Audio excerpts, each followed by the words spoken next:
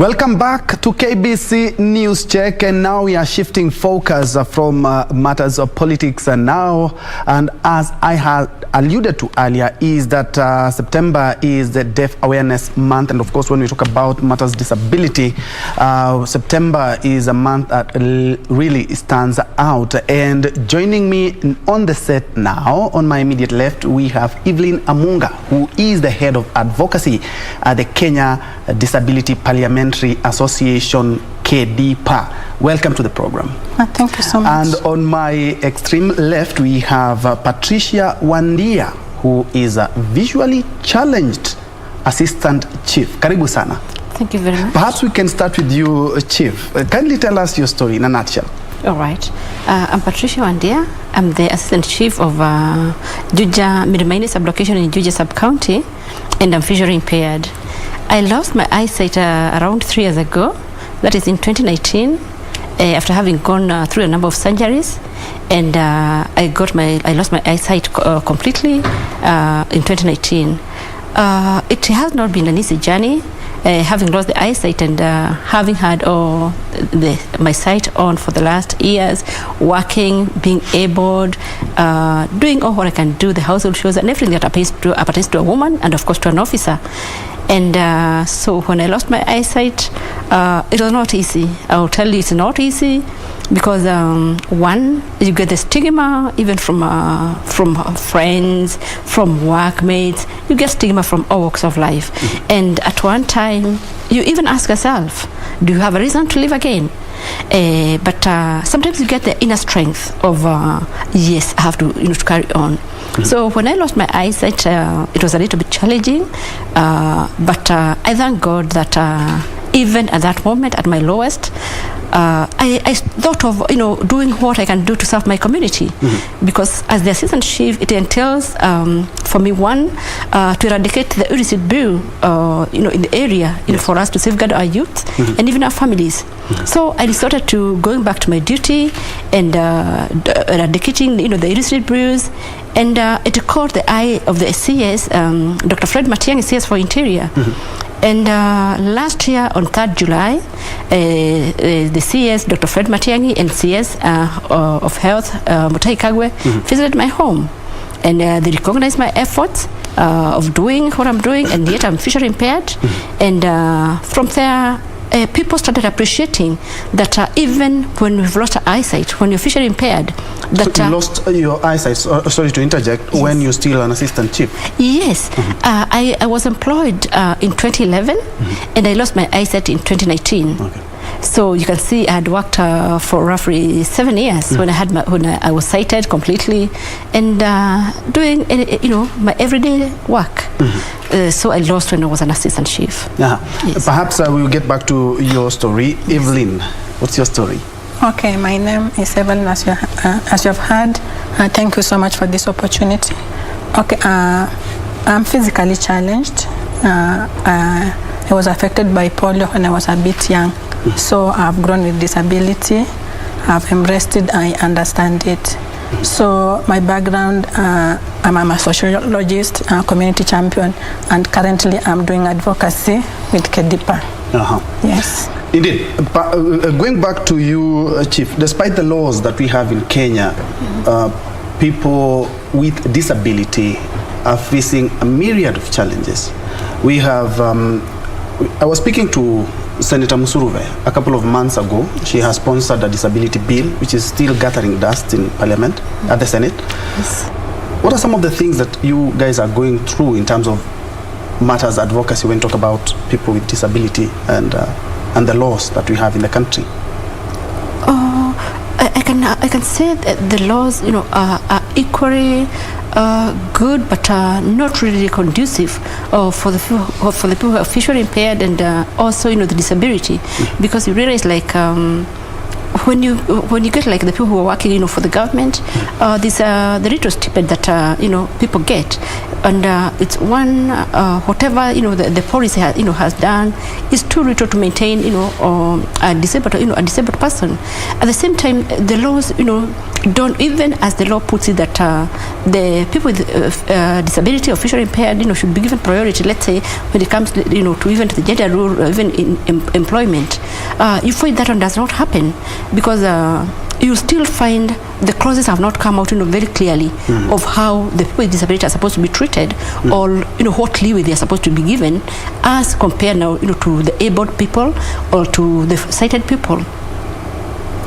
And going back to you, Evalyne, you are the head of advocacy at KEDIPA, of which KEDIPA is an organization that, of course, caters for both a Senate and National Assembly for members with disability.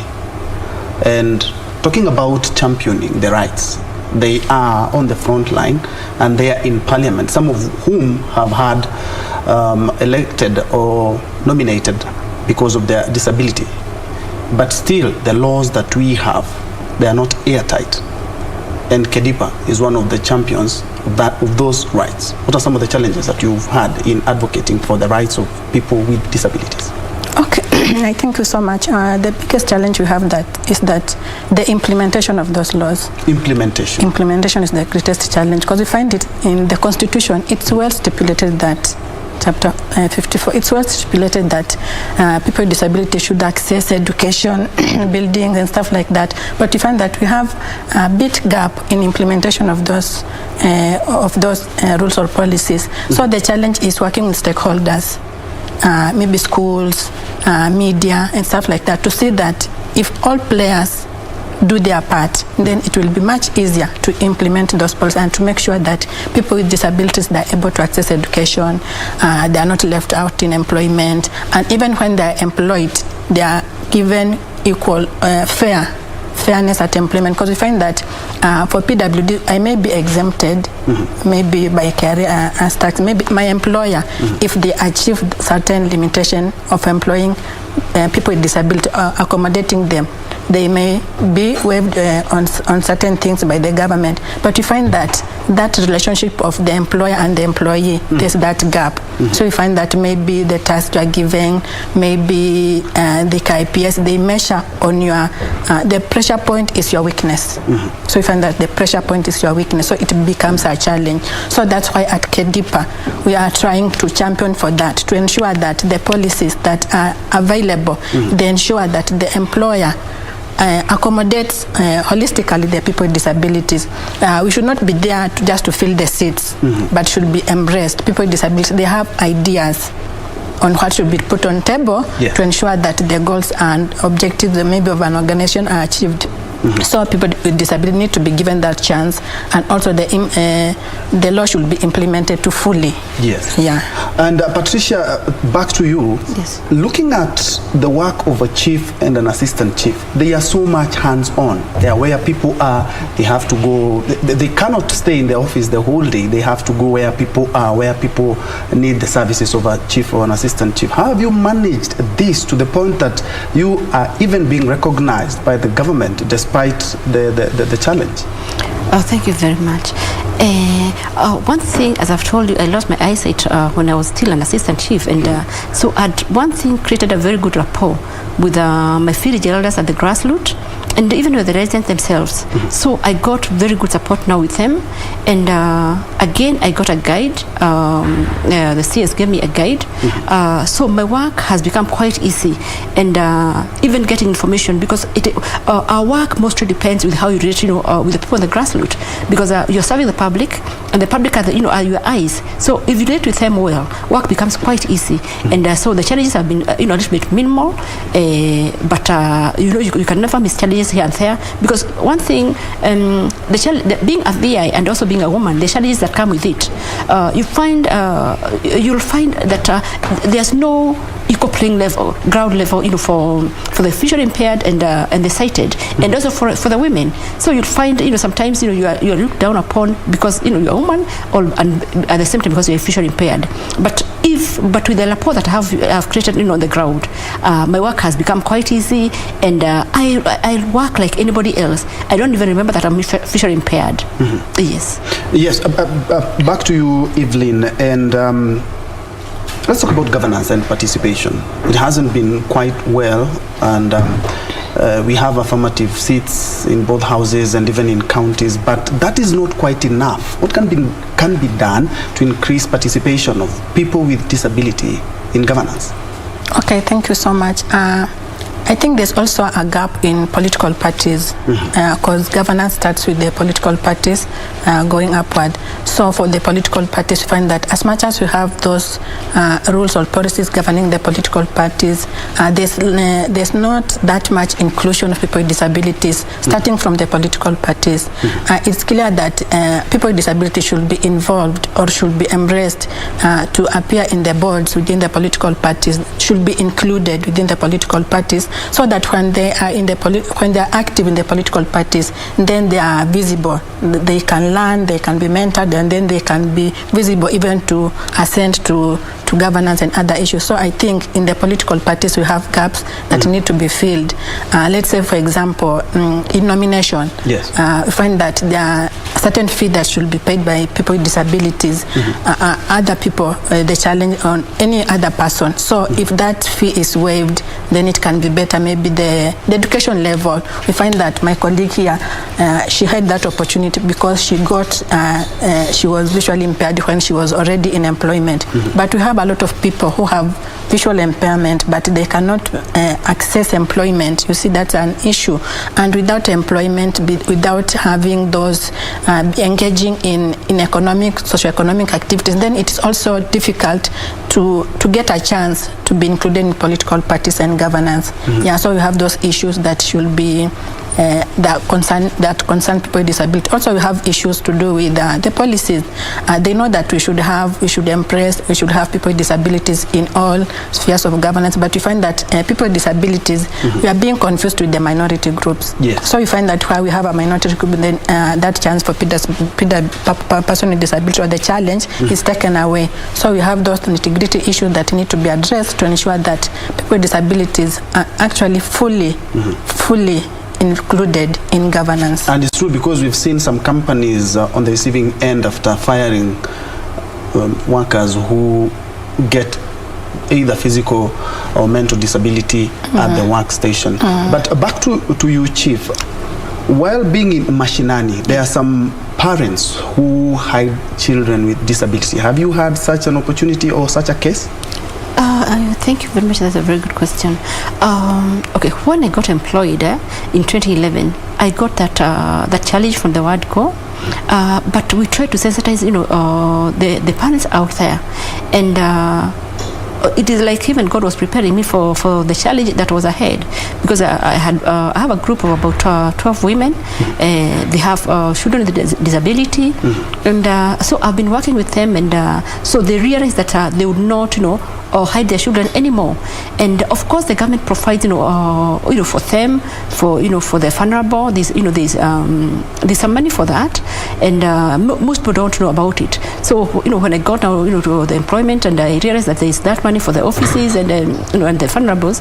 So I had now to make sure, and of course with disability, and we registered most of them, and so they realized that they cannot hide their children anymore, and they realized it's an opportunity for them, like to showcase them, and it was a blessing in disguise. So most of them don't hide their children, and at least in my area, at least we've managed to remove all of them, and we work with them at that level. We organize for them, for people to talk to them.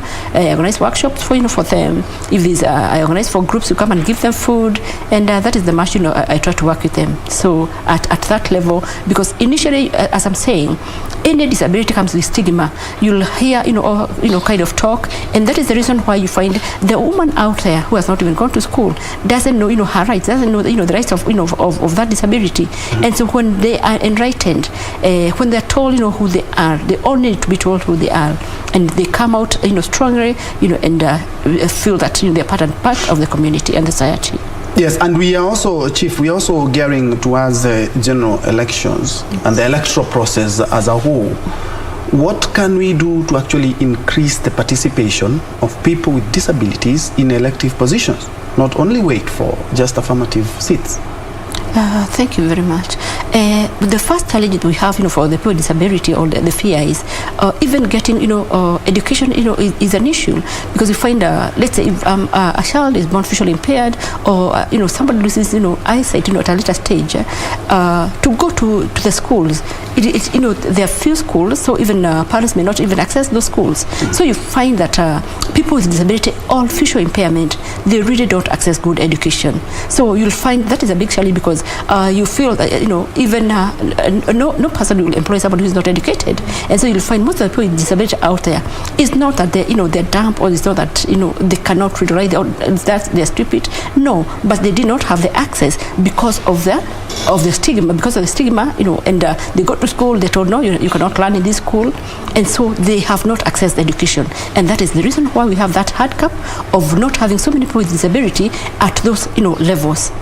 Yes, and Evalyne, would you like to add on that and also tell us what KEDIPA is doing to ensure that now we are in the electoral process, how you increase the participation of people with disabilities?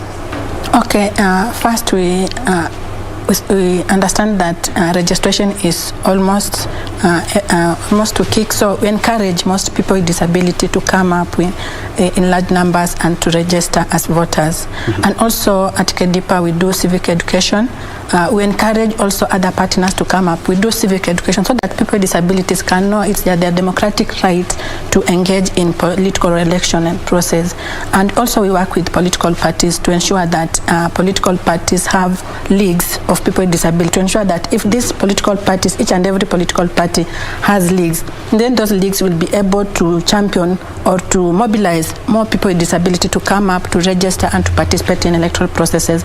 And also at KEDIPA we are working with, we are championing, or looking forward to working with the IBC to give them recommendation, because we understand the gaps that are there that are limiting people with disabilities or the disabilities in engaging in electoral processes. So we want to engage even IBC to recommend issues like at the polling station we should also have maybe a center or a room somewhere where the challenge, the elderly can go, and then those centers should be disability friendly.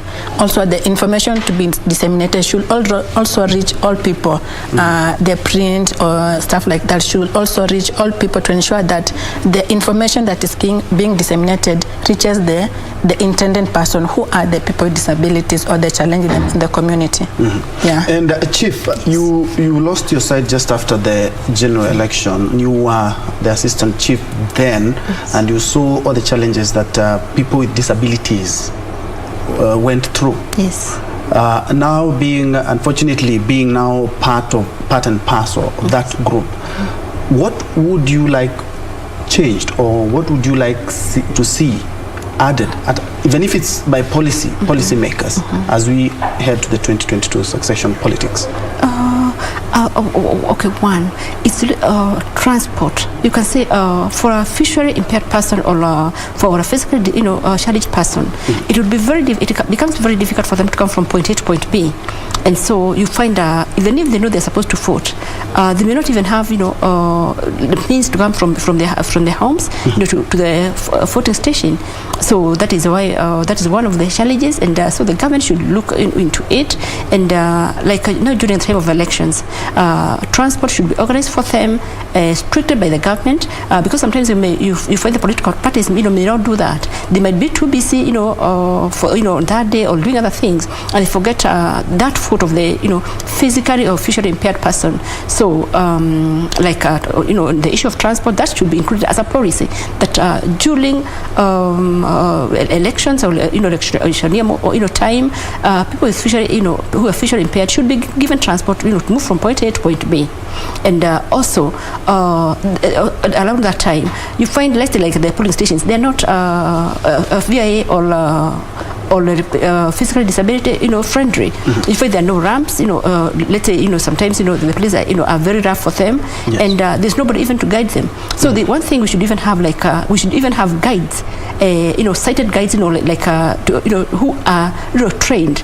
Like now, I'm currently at Kenya Society for the Blind. That's where I'm learning, and we should at least have people, even IBC should collaborate like with KSB to train guides, in all stations. That in case there is a visually impaired person, the sighted guide can guide that person, and have the light now to vote, and at least get to feel that she was served, because sometimes you'll find somebody will come, have sympathy, on a visually impaired person, and we don't need sympathy. We only need empathy. That's what we need, and so that at least we feel we're part and parcel, of the society, and so those are some of the challenges, and so that's some of the policies that the government should look into, so that the physical and both visually impaired should feel part and parcel of the society. Are you discouraged that after even the government talked about making or bettering the infrastructure, if it's buildings, the buildings are supposed to be having lifts and ramps for people with disability, if it's the washroom facilities, but that is not being implemented by buildings. We see buildings each and every day, but they do not observe this. Yet we have clear laws, just like Evalyne said, the problem is implementation. Does it sadden you? It really saddens me. Like sometimes, let's say, take for example, even me as a person, you want to go to the ladies, like if I know Blair, I'll touch and I'll know this is ladies. Yes. It means that I will not have my parents, because I'll definitely have to ask which is the maid. But if there was that sign that I would touch and know that that is probably ladies, it will be good for me. If it's physically like me, the visually impaired, if I go to the toilet, I'm supposed to know the tissue. I'm supposed to at least we are supposed to have different points of where, let's say, the tissue papers or even soap should be, because you realize we are doing a lot of touch, with yes. the hands, yes. And so sorry, it is quite risky for us. But you'll find this, no such facilities, for the visually impaired when it comes to, let's say, even to washrooms. So I would like it, I would be for that when they're doing the policies, that all government offices and even all public offices and reception or wherever, that they should have that policy of putting for visually impaired people special toilets or special washrooms for everyone, because of a challenge of the touch, and because especially now with the corona period that we have, yes. it is very challenging for us. Indeed, and I wanted actually to touch on coronavirus and the challenges that you're going on. It's an additional challenge, right? Yes. Evalyne, at KEDIPA, not only do you advocate, what more are you doing to ensure that the policies, the laws that are there governing or looking at the interests of people with disabilities just don't remain advocating? We are pushing. What programs do you have at KEDIPA? Okay, we want to engage more the media, so that it can reach the larger audience. Yes. And also working with other stakeholders. And also to add on that, we work with DPOs at community level to ensure that people with disabilities at grassroots level, they are able to advocate for their own rights, self-advocacy. I was talking to my friend in Machakos. He's an MC, and at the chamber is short stature. So the seat that he was given, it's a seat that akikalia anapotelea hapo ndani. You see, you understand? Yes. So because he is somebody who is empowered, and he advocated for it, and he said that we will not move on until this thing is rectified. So we try to empower even individuals through DPOs to ensure that people with disability, they are able to advocate for their own right, to push as much as the parliamentarians are doing it at the top level. Also, people with disabilities in their workplaces, in their communities, wherever they are, if they find that there's something that is not convenient with them, or it's going against what they should be receiving, they are able to advocate for that, to raise that voice. Yeah. Indeed. As we wind up, Patricia, yes. Your final words, what would you like to encourage someone who is going through perhaps one of the many disabilities that we have in the country? Give them hope. Thank you very much. One thing I'll tell anybody who has disability or visual impairment is that they are special. that we are not lesser human beings. In fact, I try to tell people that it's just that when we tell them we are special, we have something that other people don't have. I tell someone that we're gifted even more than other people, and so we should embrace our disability or our impairment and make it, instead of using negative energy to criticize our disability, we should use it positively and be better even than our sighted partners, or even our physically able partners. Indeed. Evalyne, wind it up. You're also part and parcel of not only KEDIPA, but you're also a person living with a disability. What do you like to give Kenyans hope who are going through the same challenge, and especially now that we have COVID-19? Okay, thank you so much. I'd like to tell somebody in the village, somebody who has lost hope, that disability is just a challenge like any other challenge. You may find that even those able-bodied people, they have their own challenges, but they do not know. So mine is physical, they can see it. But maybe you have a challenge that is greater than mine. So we should embrace our challenges and work hard, because even if I have disability or I'm physically challenged, it's not easy to be given an opportunity if there's something that I'm not giving on the table. So what are you offering? I'd like to encourage them, if you have that opportunity to enlighten yourself, to advance your education and stuff like that, it is good to go for those opportunities and to build yourself. And also for those who are abled, I like to tell them that somebody said that this club is open. Yes. Hakuna fee utaitishwa.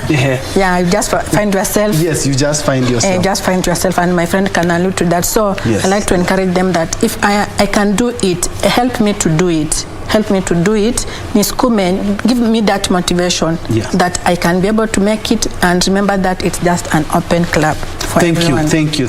And well put it. We need empathy, not sympathy.